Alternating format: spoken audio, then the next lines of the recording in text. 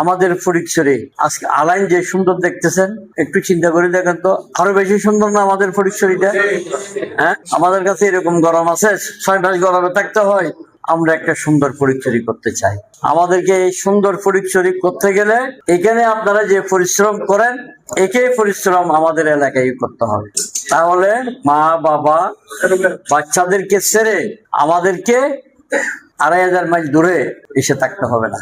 আমাদের ফটিকছড়িতে গ্যাস আছে, প্রচুর গ্যাস। কালকে আমি দুবাইতে বলছি, আমি প্রতিটি মিটিং এ সবাই নির্বাচনী আলোচনা, সবাই সব জায়গায় আমি এই কথা বলি, আমাদের গ্যাস আমাদেরকে দিতে হবে। আমাদের 18টি চা বাগান, 4টা রাবার বাগান, আমাদের 200 বর্গ কিলোমিটারের মতো সম্পদ আছে, অনাবাদী সম্পদ, যেটা খাদ্য জমি বলি। এই জমিতে যদি আমরা একটা ব্যবসা অথবা বেজা, দুইটা সংস্থা আছে বাংলাদেশে, একটা ব্যবসা একটা বেজা, এদেরকে দিয়ে সরজমিনে ওদেরকে দেখাইয়া, তোমরা যে শিল্প কারখানা করতেছো বাইরে, আমাদের ফটিকছড়ি করো, অর্ধেক দামে হয়ে যাবে। তোমাকে বাইরে থেকে গ্যাস আনতে হবে না, গ্যাস আমাদের আছে। তোমাকে 20 ফিট মাটিও ভরাট করতে হবে না, ভরাট মাটিও আছে। তাহলে আমাদের কি করতে হবে?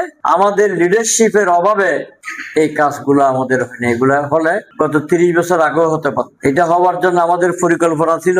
আমাদের সালাউদ্দিন কাদের চৌধুরীকে যখন আমরা এমপি করেছিলাম, সে নিজেই এই জিনিসগুলো সে মাথায় নিয়েছিল।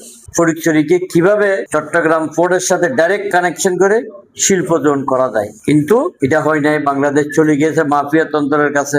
বাংলাদেশ উন্নত হোক, এটা আমাদের পার্শ্ববর্তী রাষ্ট্র চায় না।